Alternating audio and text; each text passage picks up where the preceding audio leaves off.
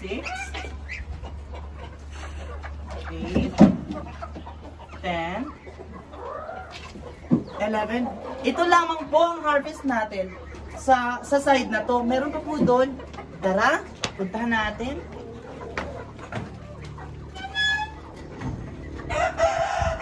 Yung mga itlog po na ito ay rich po ito sa carotene dahil made po ito ng ginkgo biloba at glutathione.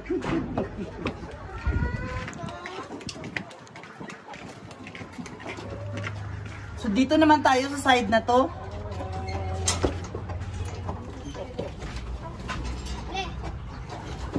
Diyan ka lang.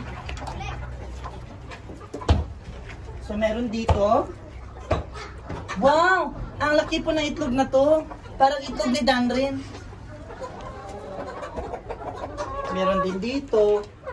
Medyo basa po yung mga yung itlog nila is parang merong lapo kasi basa yung nga paa nila dahil sa ulan. Wala na dito, Day. Tanawa daw. Napa. Napa? Napa.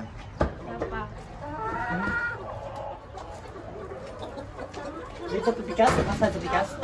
Wala ko po.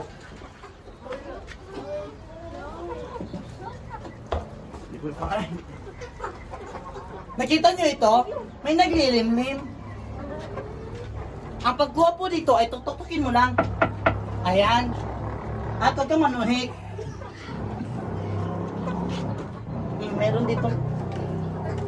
Meron ditong dalawa.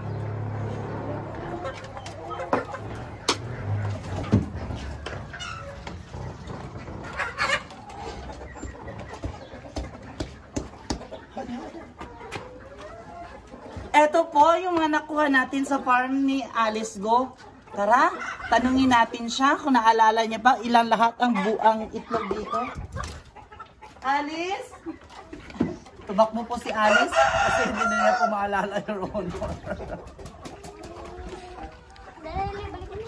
Ayan, madami po tayong nakuha ng itlog today. So, sa next episode po, atin pong tikman ang mga iba't ibang lasa ng mga itlog dito sa farm.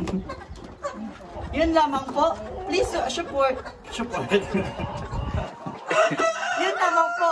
Please support my videos by sharing it and do not grab without permission. Thank you.